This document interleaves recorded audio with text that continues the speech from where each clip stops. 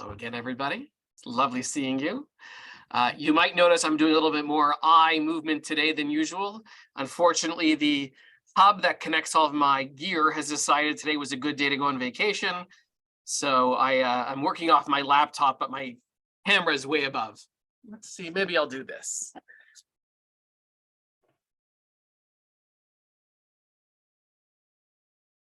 Ooh. Hold on. Don't lose me now. Or throw up on me. There we go. Okay. Wonderful having you all here. Here's what I had in mind for today. I want to look at two of the entries in the book. And then with our remaining time at the end, do a little siyum, a little review of what we've done, where we've come, what questions we've posed, what avenues of thought have we opened up, and also curious, in what ways has this class, if anything, affected your own thinking about Jewish ideas? So to begin with, we're going to read an exchange, public debate, between Yitz Greenberg and Meir Kahana. So this is found beginning on page 34 in your book. This took place at a very special shul. It's called the Hebrew Institute of Riverdale. It is a modern Orthodox shul in Riverdale, which is in the Bronx. And for many, many years, its senior rabbi was Rabbi Avi Weiss. That name might be familiar to you. An activist rabbi, very much in front of the camera, was very much outspoken with respect to Soviet Jewry, had some very clear thoughts about politics in the Middle East, and it was a real powerhouse of a rabbi. He's still there, although he is acting more in an emeritus role, and happens to be that a friend of mine is now the senior rabbi there.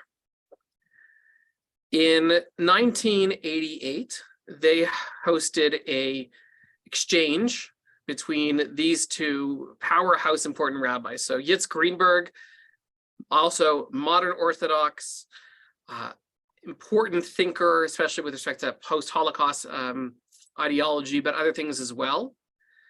And Meir Kahana, who founded the Jewish Defense League, right, which in Israel became Kach, and which was a party ultimately outlawed by the Israeli parliament for being too far extremist group.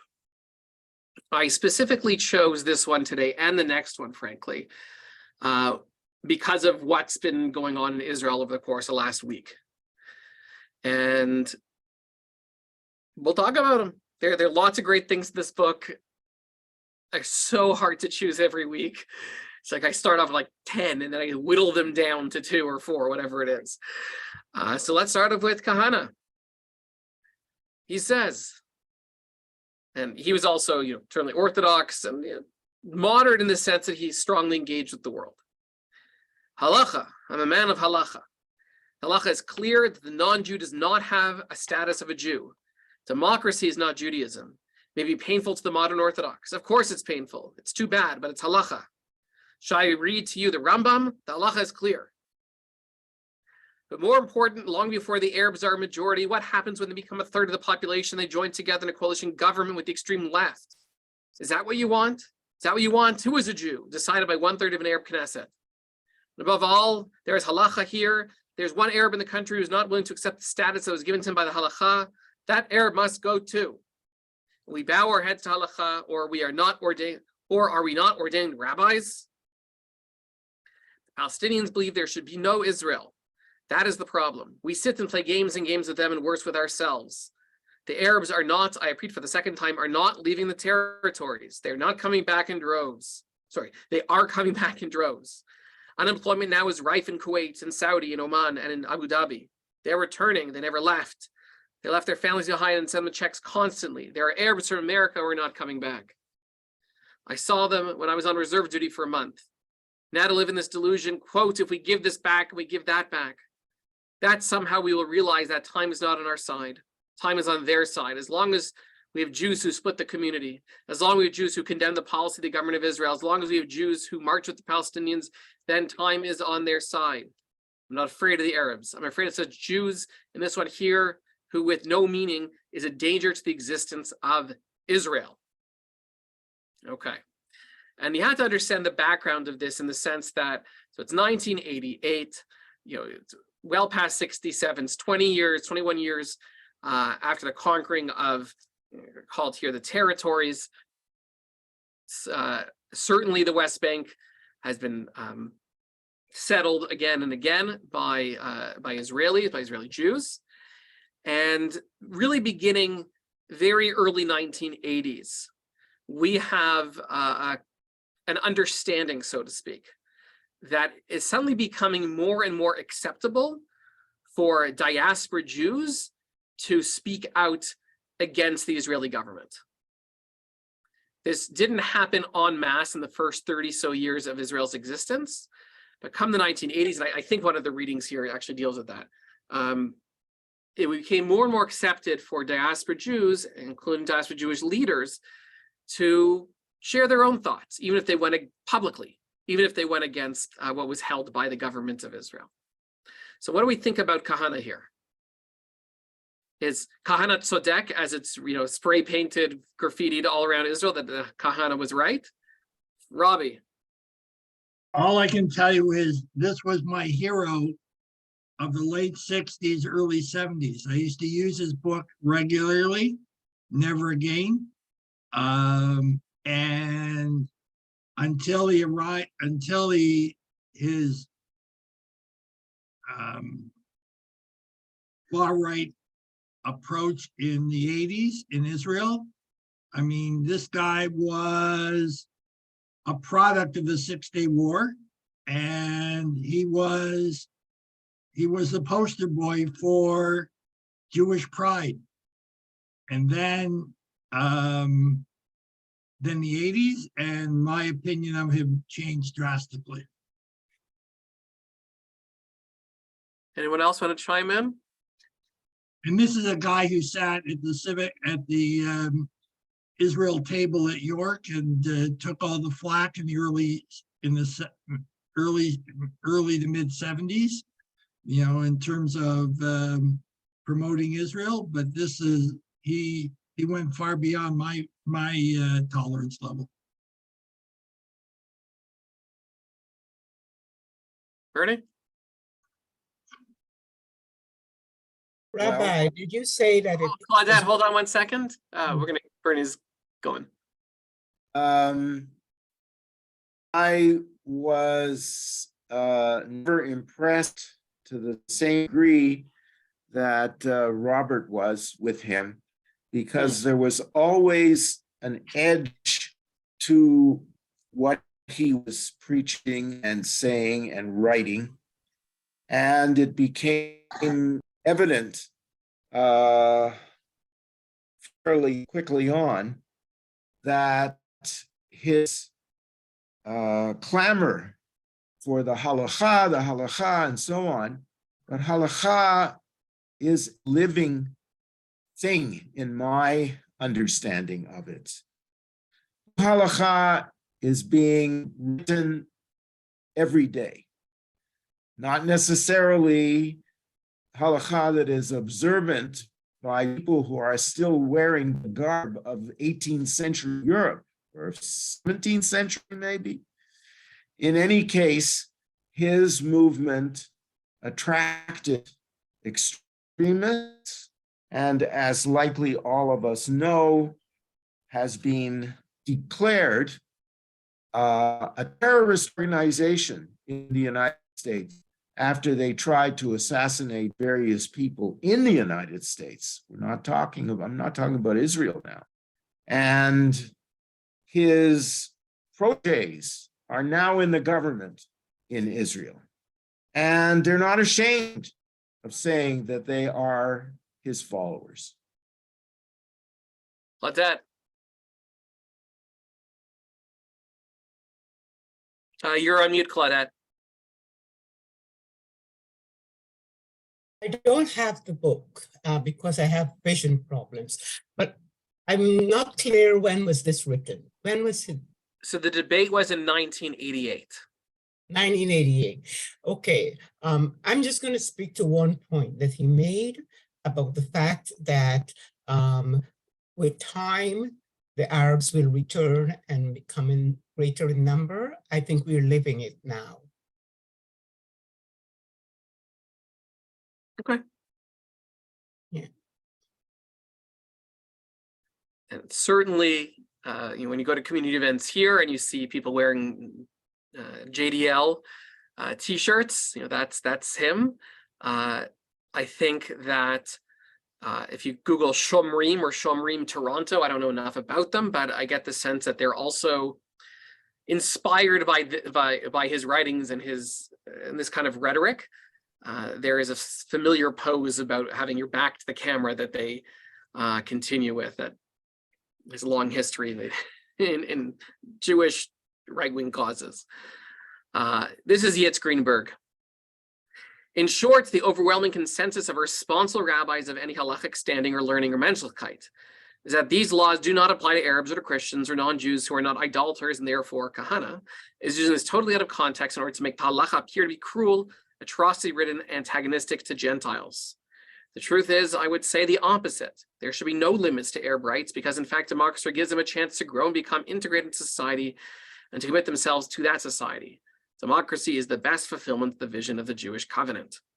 So it's interesting that Greenberg actually decides to jump into this question about what's within the halacha, what's not within the halacha, because Israel doesn't claim to be a halachically run state, thankfully.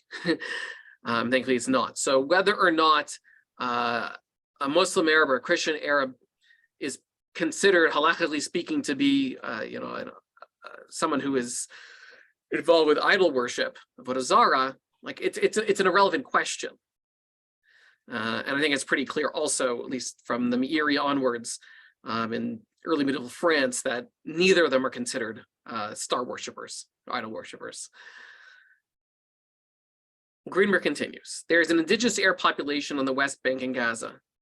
It's 1,342,000 and growing. If we add them to the Israeli population, that changes the balance from 82, that changes the balance from 82-16 to 65-35. That is to say that Jewish Israelis are 2/3 and Arab Israelis, or including Palestinian non-Israelis, are 35%. The highest birth rates in the Arab world are in the West Bank and Gaza because the women there are in rural situations and are in poverty, and their absolute births would make Arab births outnumber the Jews. And for that reason alone, because that is the only potential plausible theory of imbalance demographically. But the deeper reason is even deeper than that. Our dream is realized. We came back to the land of Israel. We paid in full for it. But there's a population there, and they are human beings. It's true they are neglected by their own Arabs, other Arabs. It's true they are exploited by the PLO in Israel. But they have roots, attachments, hopes, and lives. They didn't have a Palestinian nationalism 25 years ago, but now they do.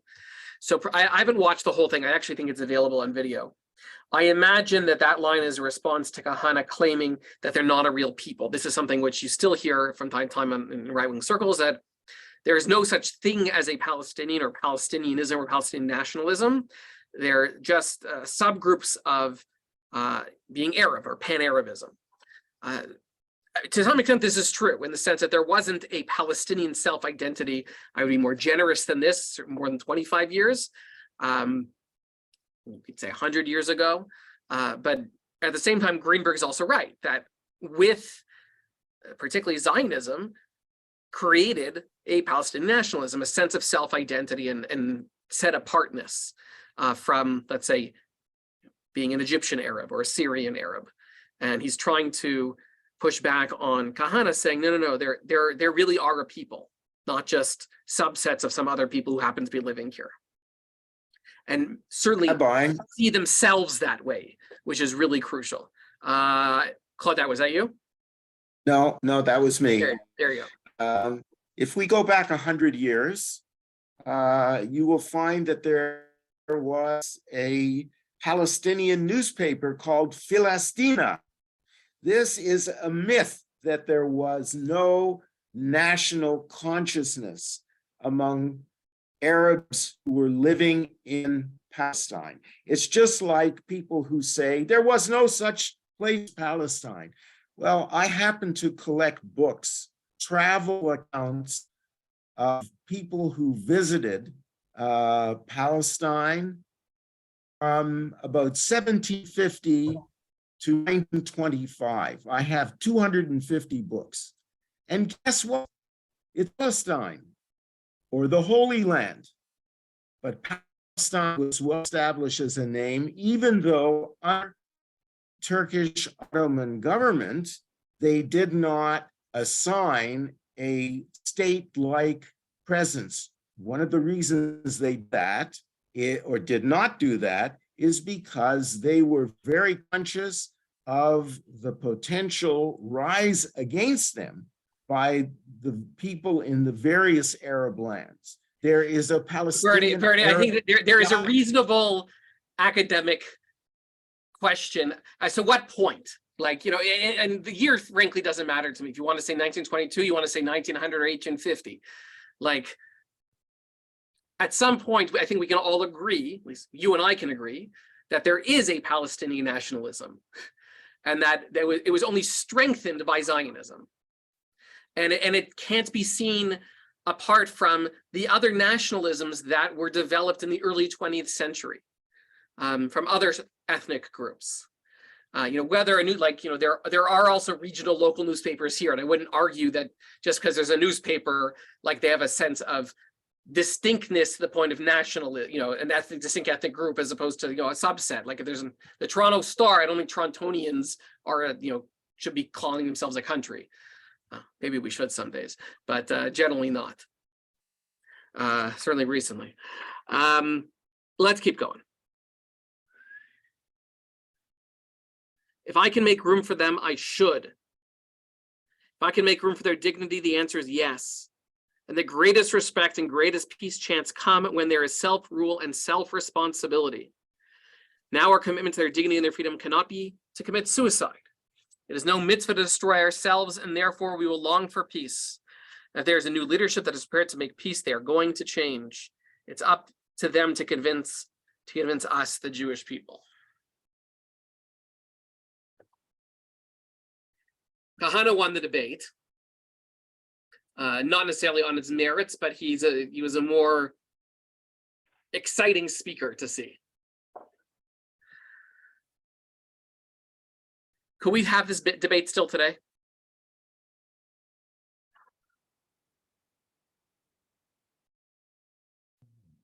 Aviva, I see you mouthing no.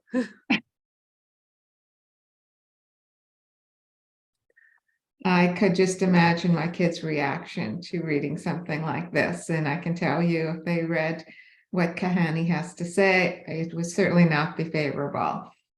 It's he essentially started off back in the 60s or 70s, probably with Jewish pride, but he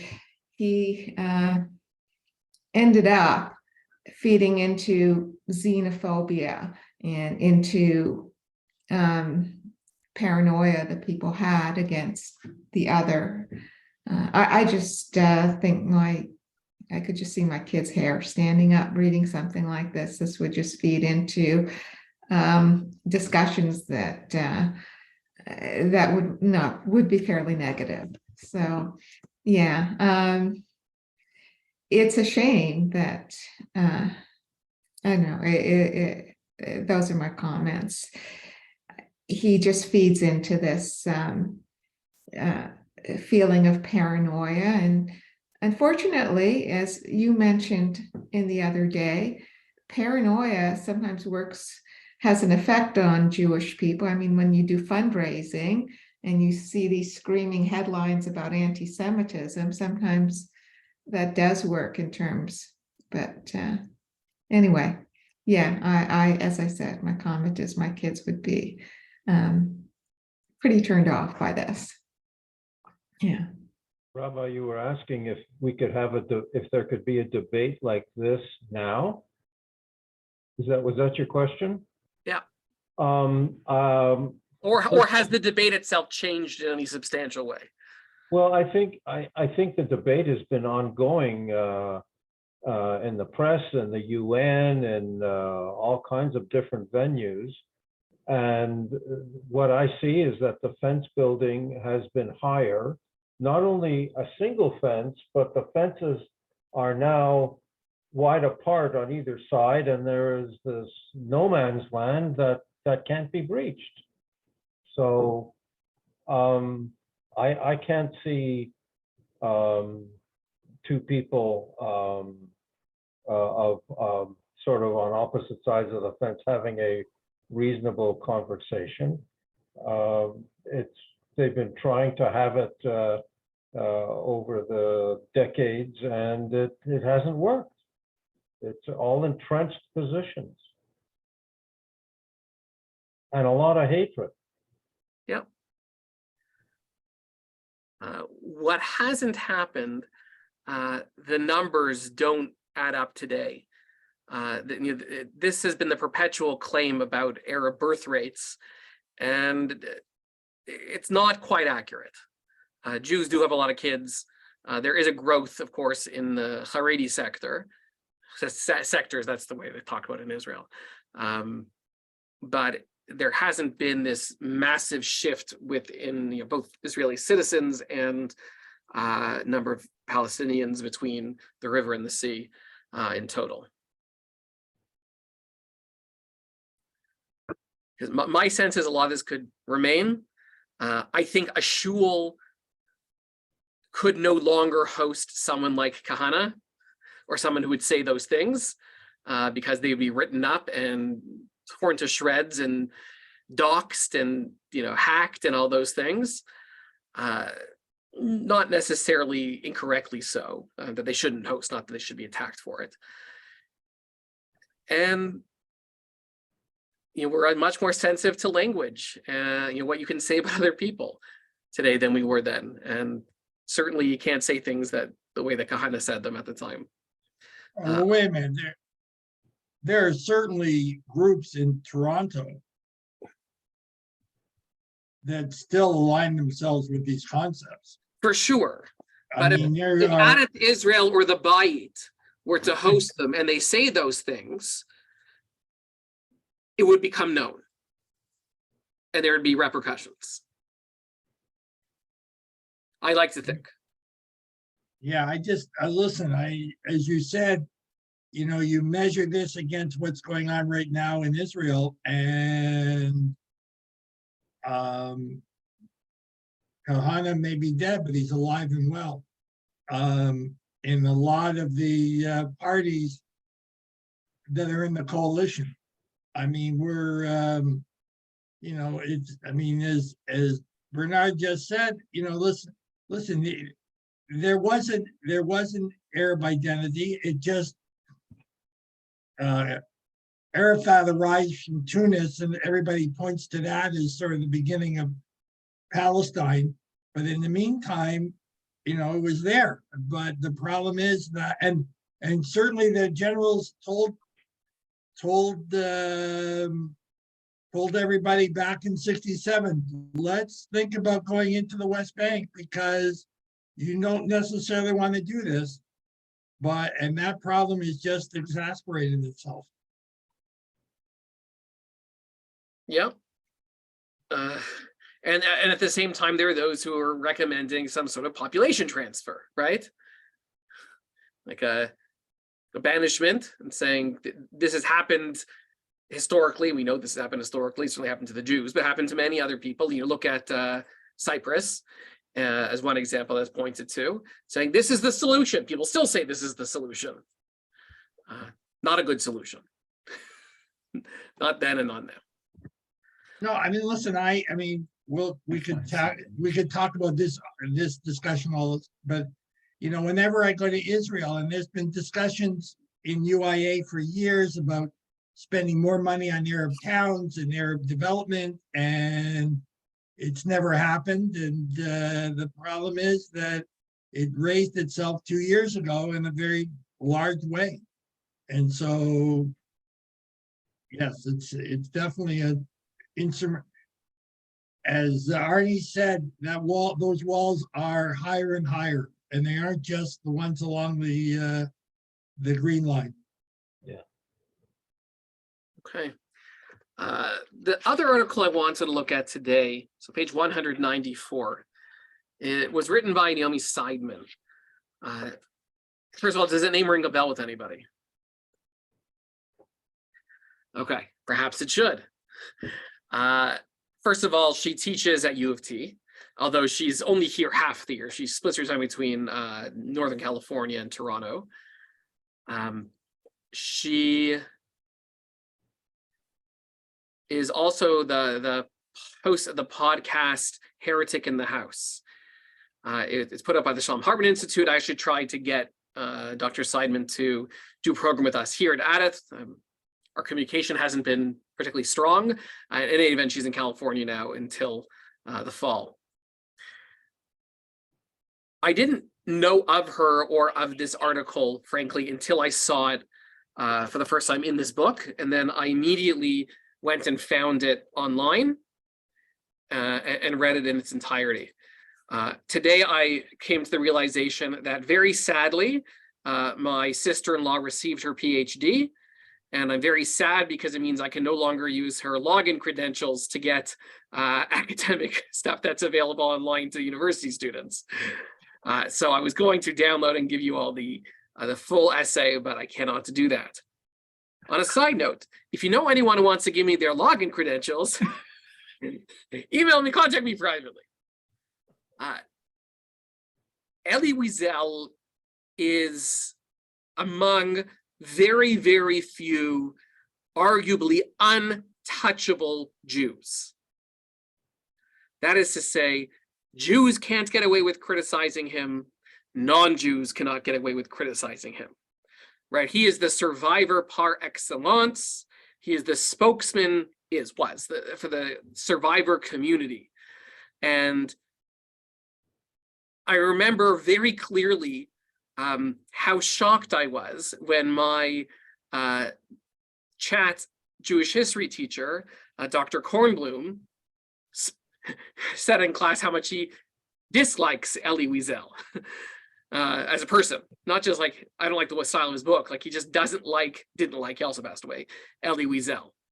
He himself was a survivor, he himself was a writer about his experiences, and he took aim at him. And as a high school student, was like, you're not allowed to do this, right? Like, it's Elie Wiesel. But Naomi Seidman did.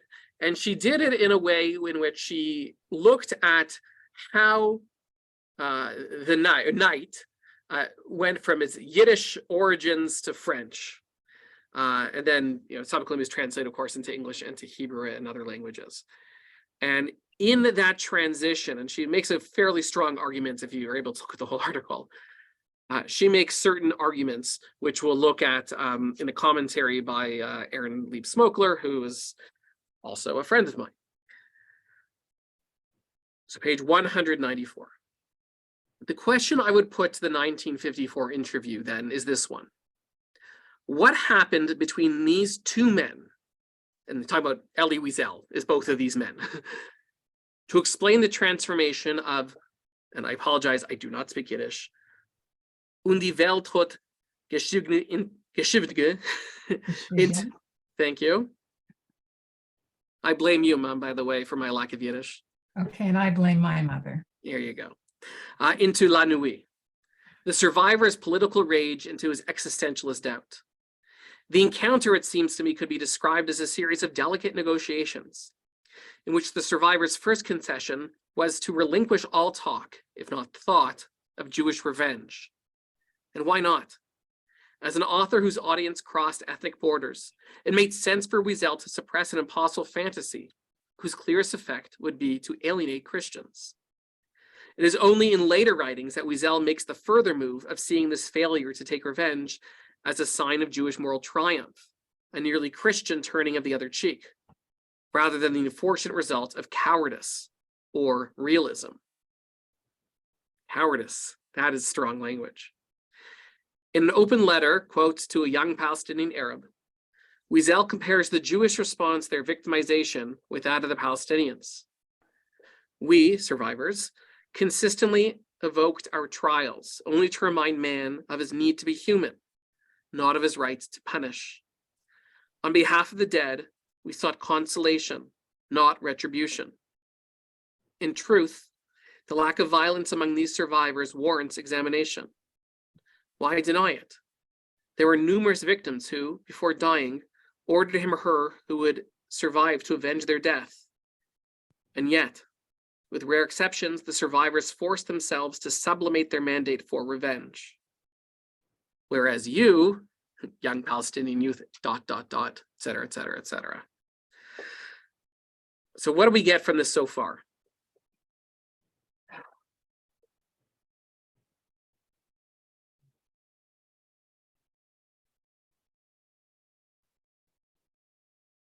Okay, for me, I don't think there's a lot of people these days. I don't think there's any Jew today who could write such a letter to a young Palestinian Arab who has the moral authority to tell someone else how they should behave or react to a sense of their own loss of agency or oppression.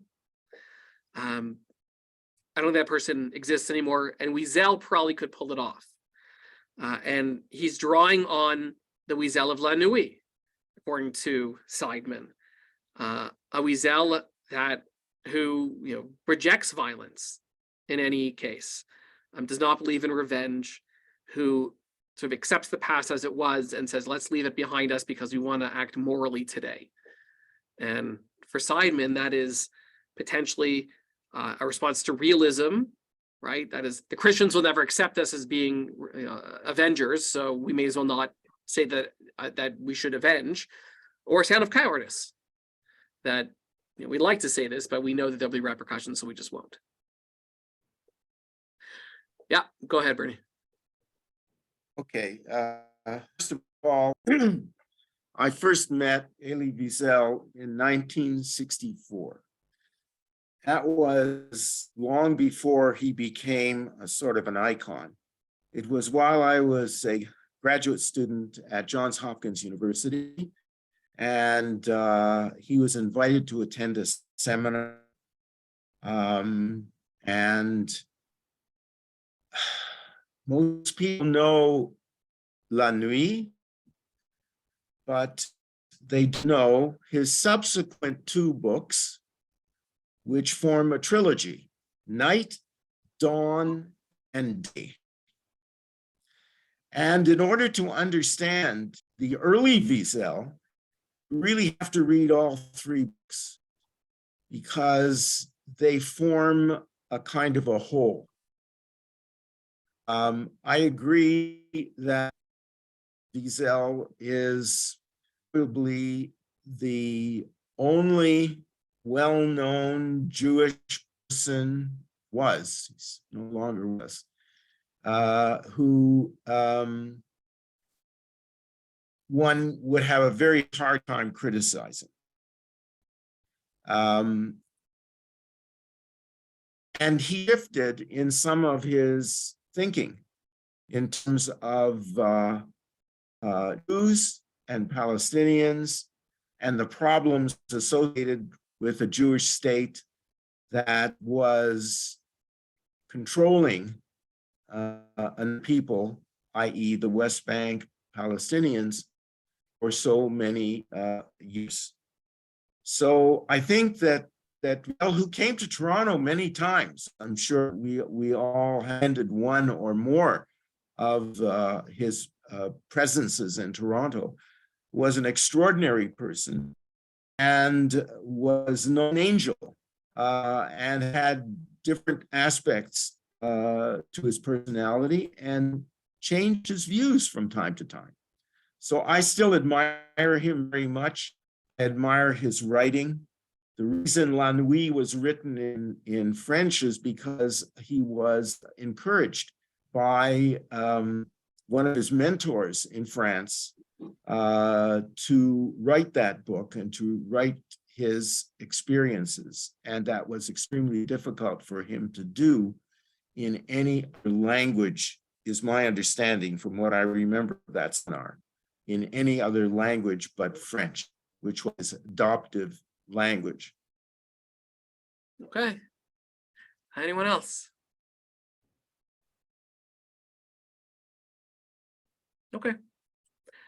So we'll read the second part. There is something disingenuous, it seems to me, about Wiesel's description of the Jews as having sublimated their mandate for revenge.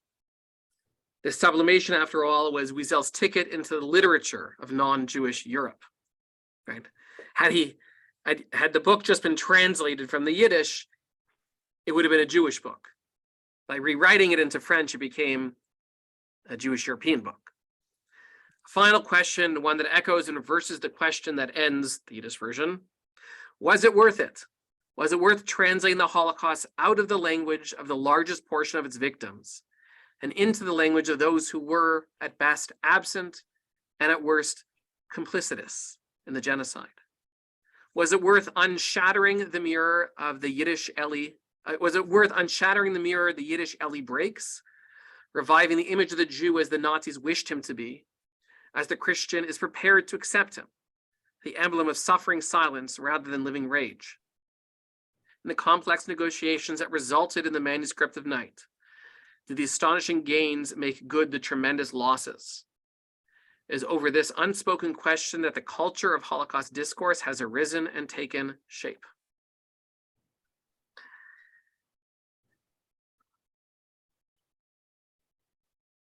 The essay opened up the door for other challenges to not just Wiesel, but certain types of Holocaust literature, and framed it, as it was. Their remembrances. It's artistic. It is, it's not the same thing as a history book. It can't be. It's not supposed to be. And it made Elie Wiesel open to interpretation in a way perhaps he didn't want. Anything else here? I'll see if I can get you the article. I probably have enough. I looked in a folder under Wiesel, but I didn't have it there. So I don't know where it might be. What I'd like to do now is just do a quick jaunt down memory lane. And I mostly have marked off which ones we have read and which ones we haven't.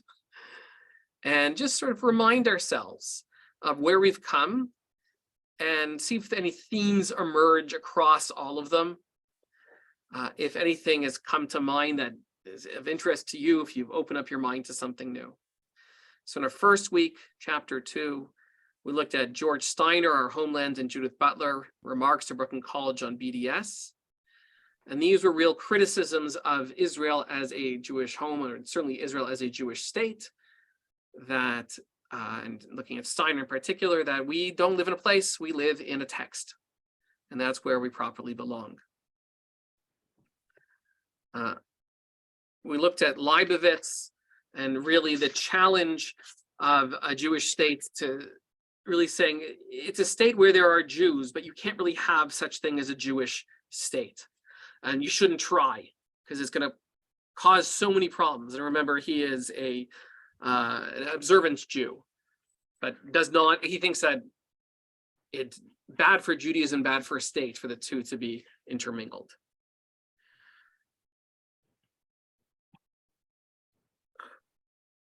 We looked at, did we look at Aaron Barak? Human dignity and liberty. We looked a little bit about Israel's basic laws and also some of the challenges of Jewish and democratic. And then the discourse between Daniel Gordis and Sharon Brous about the role of the diaspora Jew, particularly the American diaspora Jew, when it comes to public or private criticism of Israel. And Gordis, writing from Israel, feels like Brous went too far. And Brous thinks, obviously, she said what she had to say. Hartman's Auschwitz or Sinai, what's the paradigm through which we see Jewish life today? Is it through the lens of Sinai and covenant, relationship with God, or is it through the lens of Auschwitz, a lens of defense, a lens of self-defense and survivalism? I think we read Fackenheim.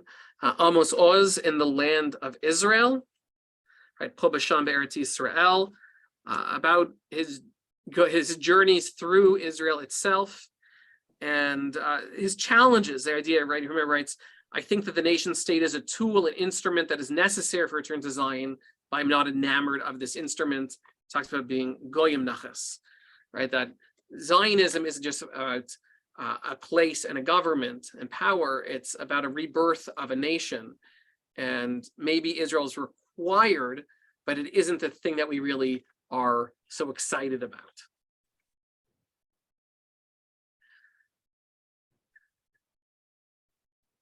We looked at Soloveitchik's rupture and reconstruction, specifically the move from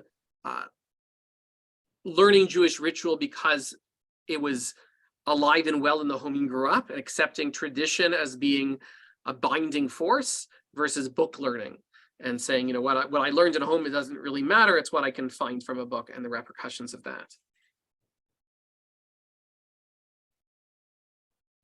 We looked at the Art Scroll Siddur and how the Siddur became for everybody and also sort of took over the Orthodox market.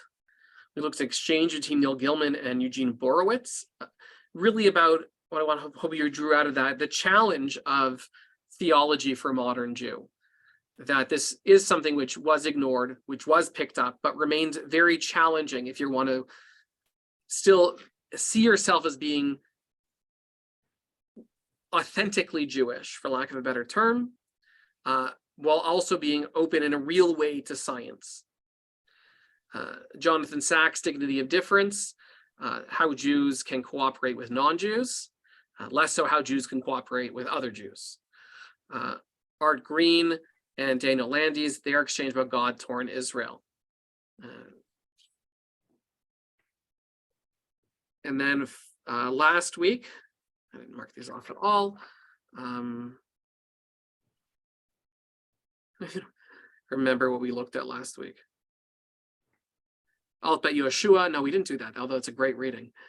I think we did chapter 4. Pardon?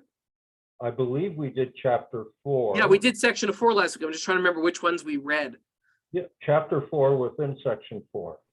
Oh, right. So, yeah, right. We talked about just the opening up, and a lot of the chapters in this section have to do with both feminism and homosexuality. And when I was re-looking at that section today, looking at the titles, it just strikes me how far the community has come on both fronts. From the modern Orthodox, even the center Orthodox, and leftward, and even to some extent rightward, on issues with respect to gender and sexuality. And of course, and to almost the point that some of these readings today, they seem antiquated or boring, at least to me. But of course, at the time, they were revolutionary and groundbreaking, and important.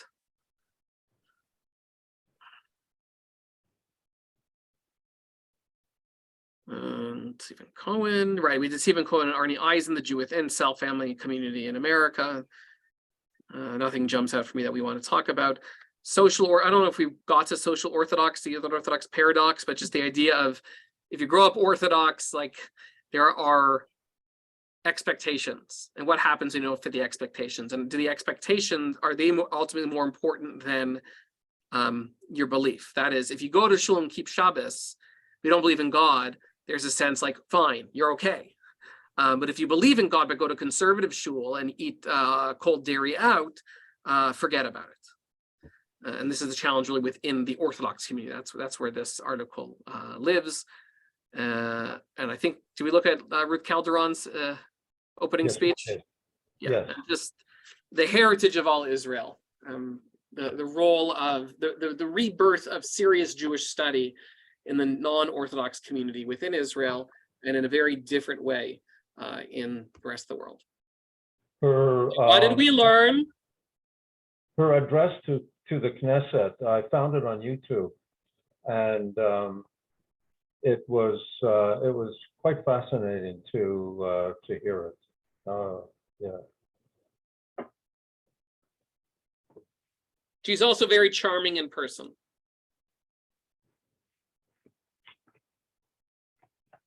So, thoughts, contributions?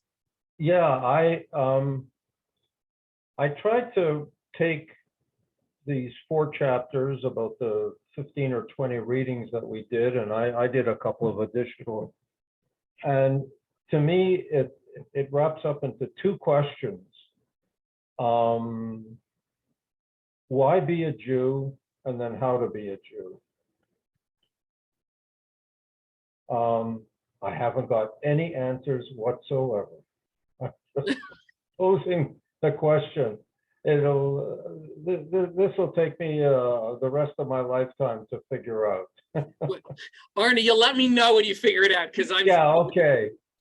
But I think you're right. You are absolutely right, and I think the theological questions of why be Jewish are there, right? But also the how should we be Jewish in 2023 or whatever year that they're writing it? How should we live in North America? How should we relate to our Jewish past? How should we relate to Israel? How should Israelis relate to diaspora? Right? How should we understand Jewish power? And by the way, today I ordered one of the books from here that we didn't even talk about, from Power and Powerlessness, because I think it's a really interesting question. I'm sort of building up a trifecta of classes I want to offer for next year. We'll see.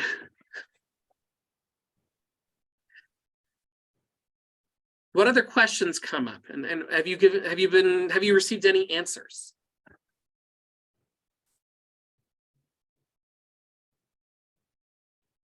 Anyone? I think it's more fun to be a secular Jew than a religious Jew. It's a lot more. There's a lot more to talk about, and it's a lot easier to digest. Tell me more. What does that mean?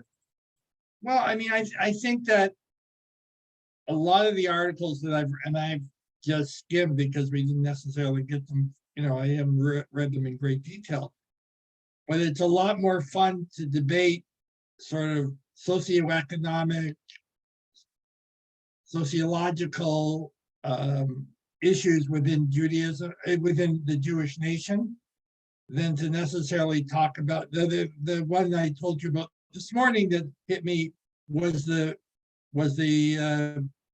orthodoxy paradox. And I told you the story about, as a young kid, being asked by the Canadian Zionist Federation to help do a Yom HaAtzmaut ceremony or celebration at Basedek, and the Orthodox movements would have nothing to do with going into the Basedek.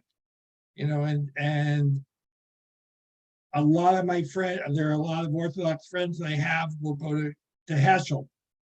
And there's others who say, how can you possibly send your child to Heschel if you're Orthodox?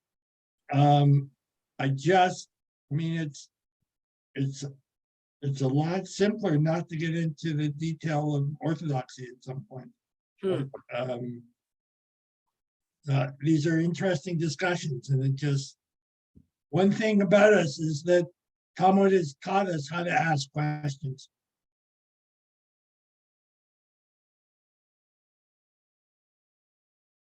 Who else? I'm responding to Robbie. Robbie, I grew up secular. I never attended a shul till my own ofra. My in-laws, my future in-laws, bought my tallis. But I was part of a devoutly secular family, and I include my mother's parents, my beloved grandparents, who were extremely learned. My Zeta was actually both of my grandparents were teachers. They were fluent in Hebrew, Yiddish, and my Zeta started teaching me how to understand Rashi from the Chumash. But there was something missing, and I think it was, and I'm not going to call it was just a more in-depth acknowledgement of the role of religion. My parents were very cynical about it, and I just felt that it wasn't nearly enough. And I think it What was not nearly enough? I'm sorry? What was not nearly enough? Bernard, you're breaking up in there, and I'm sorry, I can't hear all the words. He's asking what wasn't enough.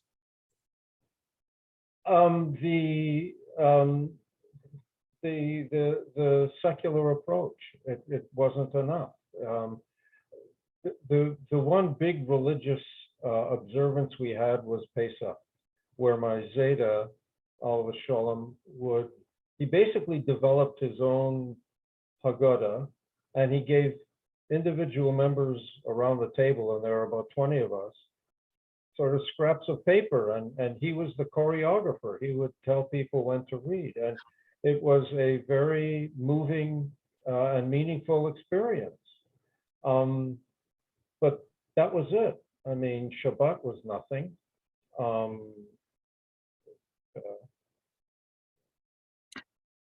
Yeah, I go wonder ahead. if like the younger people really see these definitions as strongly as the older people. To give you an example, I think of the kids that go to Western and that go to Chabad and go to Chabad for Shabbos dinner, and they all go there, and that's where it's like a they have dinner, they have a few drinks, and it's like, this is great, we've gone here and we're going to go clubbing after here. They don't have those strict definitions that some of the older people, it's like, oh, this is a Jewish thing, this is fun, gee, Zadie's really glad when he heard I went to Chabad. And they don't have those definitions that we sometimes talk about. It's like,